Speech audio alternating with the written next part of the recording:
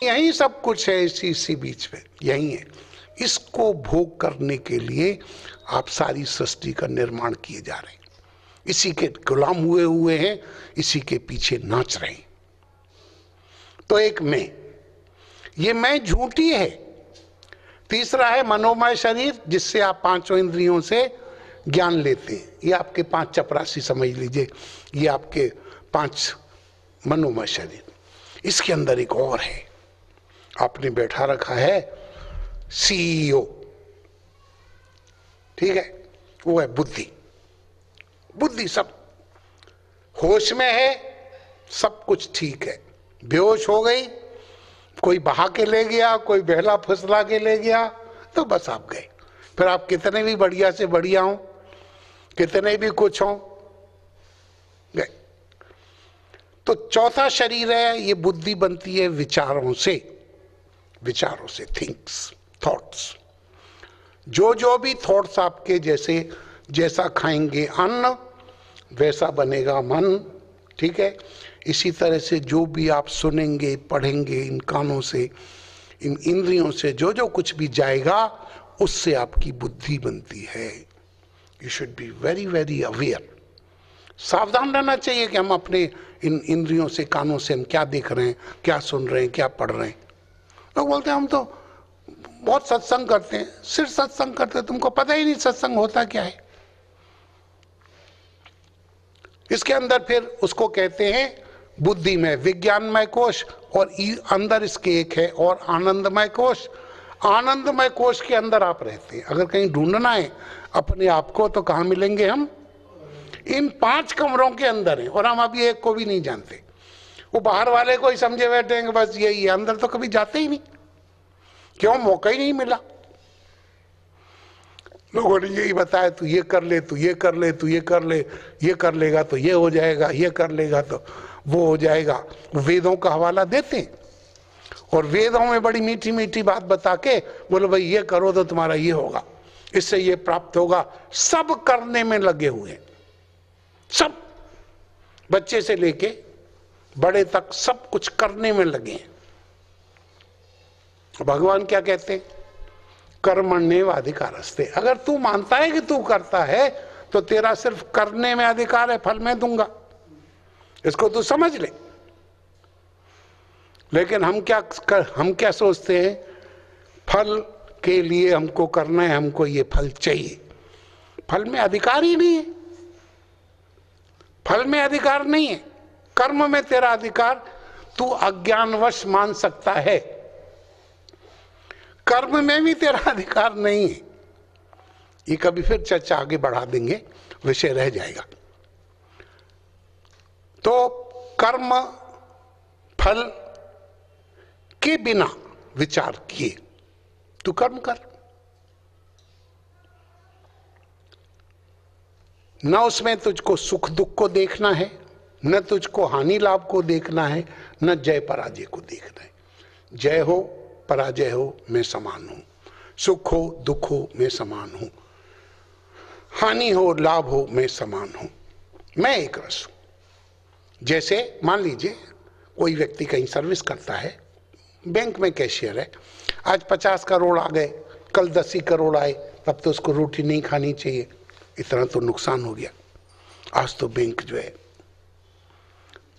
वो समझ आ जाता है, लेकिन ये समझ नहीं आता कि हमारा कुछ है ही नहीं।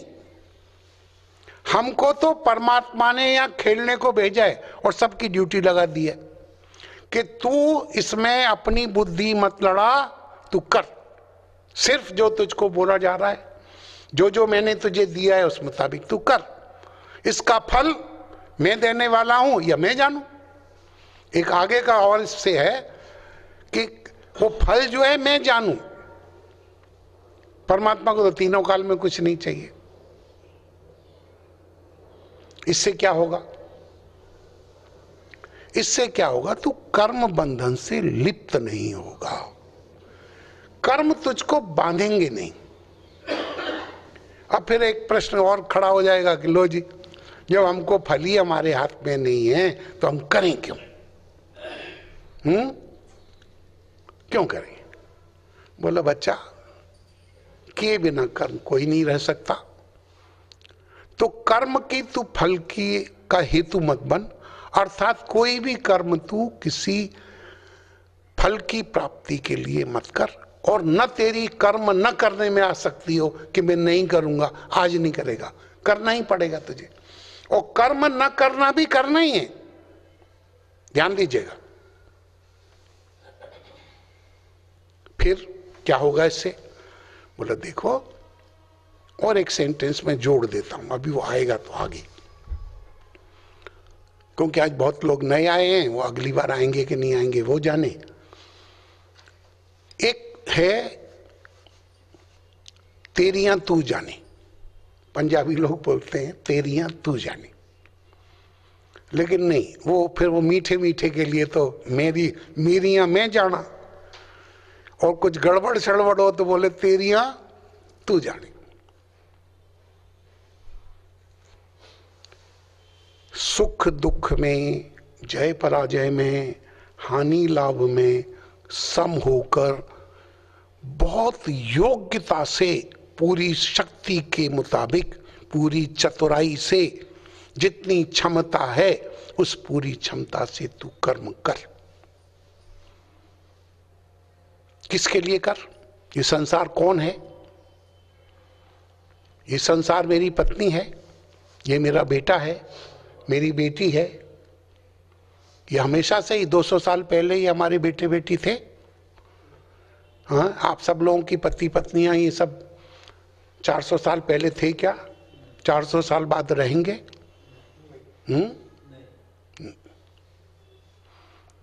कर्म कर।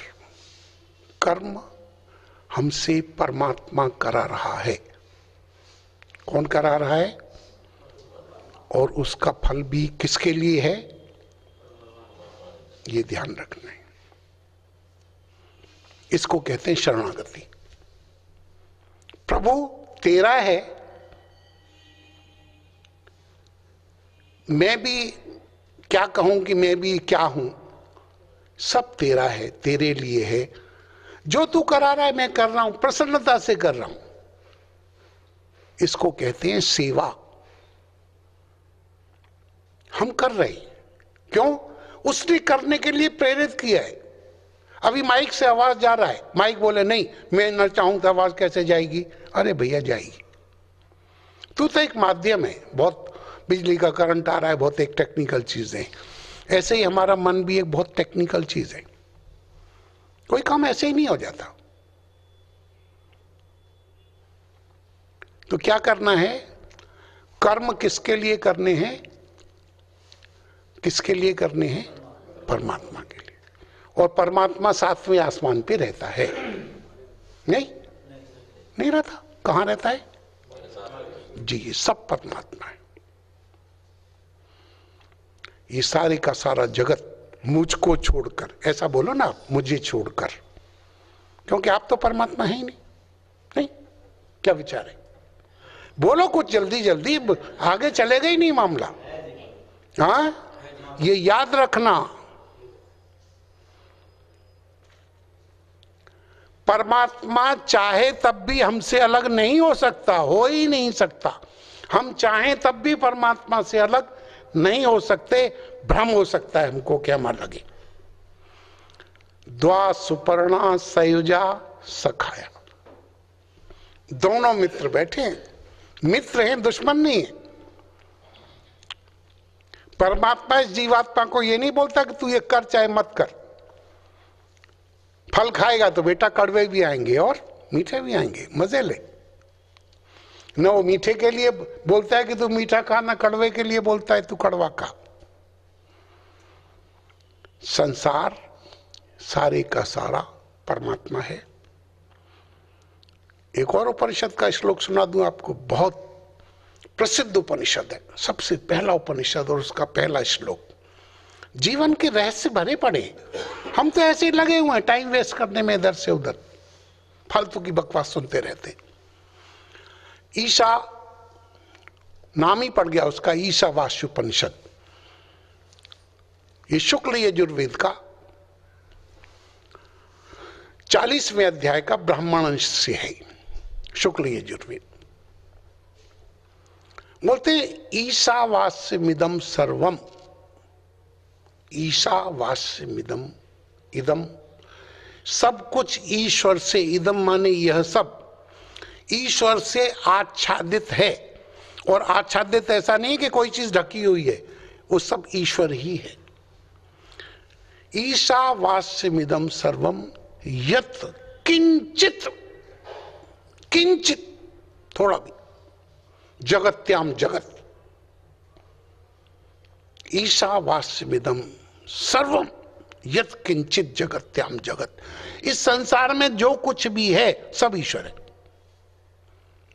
ठीक है, आगे बोलते हैं तेन त्यक्तेन भुंजीथा। हमारे पास 400 रोटी आ जाए उदाहरण के लिए, ठीक है, तो हम 2 तो खा लेंगे, 4 खा लेंगे, बाकी को रख देंगे, रखेंगे ना भाई, पता नहीं कब अकाल पड़ जाए, कभी कुछ हो जाए, तो यही रोटी तो है। नहीं, पैसे का मैंने उदाहरण जानबूझ के नहीं दिया, क्योंकि पैसा तो लगेगा, ये तो हम रख लेंगे, बैंक में चला जाएगा। जैसे बैंक कभी फेल नहीं होगी और नुकसान नहीं होता, बैंक में जो पैसे डालने जाते हैं उनके पैसे कभी कोई छीन के नहीं ले जाता, लेके आते हैं उनके कभी नहीं पैसे डूबते। तो बोलते इस संसार में भगवान ये नहीं कहते कि तुम भोगो नहीं, तेन त्यक्तेन भुंजीथा, जितना तुझको जरूरत है, जितना तेरे लिए उपयोगी है उसका तू भोग कर ले। माग्रत का स्वेदम धनम, ये संसार ये का धन ये है किसका, किसका है ये याद रखना, जो मुझे सुना रहे हो ना ये याद रखना, इसको ही समझना है। फिर बोलते हैं कि अगर तू समभाव में, इसको उन्होंने क्या कहा, समभाव, न हमको सुख से, न दुख से, न हानि से, न लाभ से, ठीक है, न जय पराजय से कुछ लेना देना है, होता है हे परमात्मा, जो तू करा रहा है वो हो, जो तुध पावे साई भलीकार, तू सदा सलामत निरंकार, जो तुझको अच्छा लगता है वही हो, और हम उसमें राजी हैं। तो जब तू ऐसे हो के कर्म करेगा, कर्म परमात्मा के लिए करेगा, तो फिर बोला इसमें अब सुन, कर्म करने से फल का सुख दुख होगा कि नहीं, वो तुझे प्रभावित करेंगे। अगर तू अपने लिए कर्म करेगा तो कर्मों का फल तुझे प्रभावित करेगा। इस तरह से समता भाव में स्थित हुए तुझको ये प्रारंभ का कभी नाश नहीं होता। कोई भी काम आप प्रारंभ करो, उसका फल मिलेगा, काम खत्म हो जाएगा तो उसका नाश फल हो जाएगा। परमात्मा के लिए किए हुआ कर्म, ठीक है, क्योंकि इस तरह से जो भी कर्म होगा वो किसके लिए होगा, परमात्मा के लिए होगा, शरणागत भाव से ही होगा, उसका कभी नाश नहीं होगा, कभी उसका उल्टा फल नहीं होगा। प्रत्यवायो न विद्यते, उसका कभी उल्टा फल भी नहीं होगा। नेहा विक्रमनाशो प्रत्यवायो न विद्यते, न तो उसका आरंभ का नाश होगा और न कभी उसका उल्टा होगा, क्योंकि उल्टा तो है ही, हमको जो चाहिए मिला नहीं तो उल्टा ही है। हमारी जो कामना के प्रतिकूल हो गया वो उल्टा है, तो बोलते हैं कि नहीं, प्रत्यवायो न विद्यते, उसका कोई कभी उलट नहीं होता है। और अगर तू इस तरह से कर्म करेगा, अर्थात इस समत्व बुद्धि योग से तू कर्म करेगा, तो फिर तुझको कर्म का बंधन नहीं लगेगा। सब बोलते हैं भाई देखो ये संसार हमारे कर्मों का फल है, हम ये किया था, हम वो किया था, हम जो कर रहे हैं, अच्छे कर्म करेंगे स्वर्ग जाओगे। यहाँ से पैसा कमा लिया, अब आपने स्विट्जरलैंड, यूरोप का या जो कुछ भी आपने एक टूर मारा, तो वापस तो नहीं ना आओगे, अब तो वहीं रहोगे। हाँ आएंगे, टके खत्म, जितने दिन का जो व्यवस्था थी खत्म, वापस स्वर्ग भी जाओगे तो फिर यहीं आओगे और नंबर 1 से काम शुरू होगा, नंबर 1 से, वहीं जमीन से। तो इसमें तू कर्म के बंधन में फंसेगा ही नहीं। मालिक ने हमको बोला था कि तू उस डाकुओं के जंगल से ये 10 लाख रुपया या ये तेरे हीरे लेके, राजा ने आज्ञा दी कि ये ले हीरे की पोटली। डाकुओं का जंगल था, इसमें 5 डाकू तो हैं, और भी हैं बहुत सारे।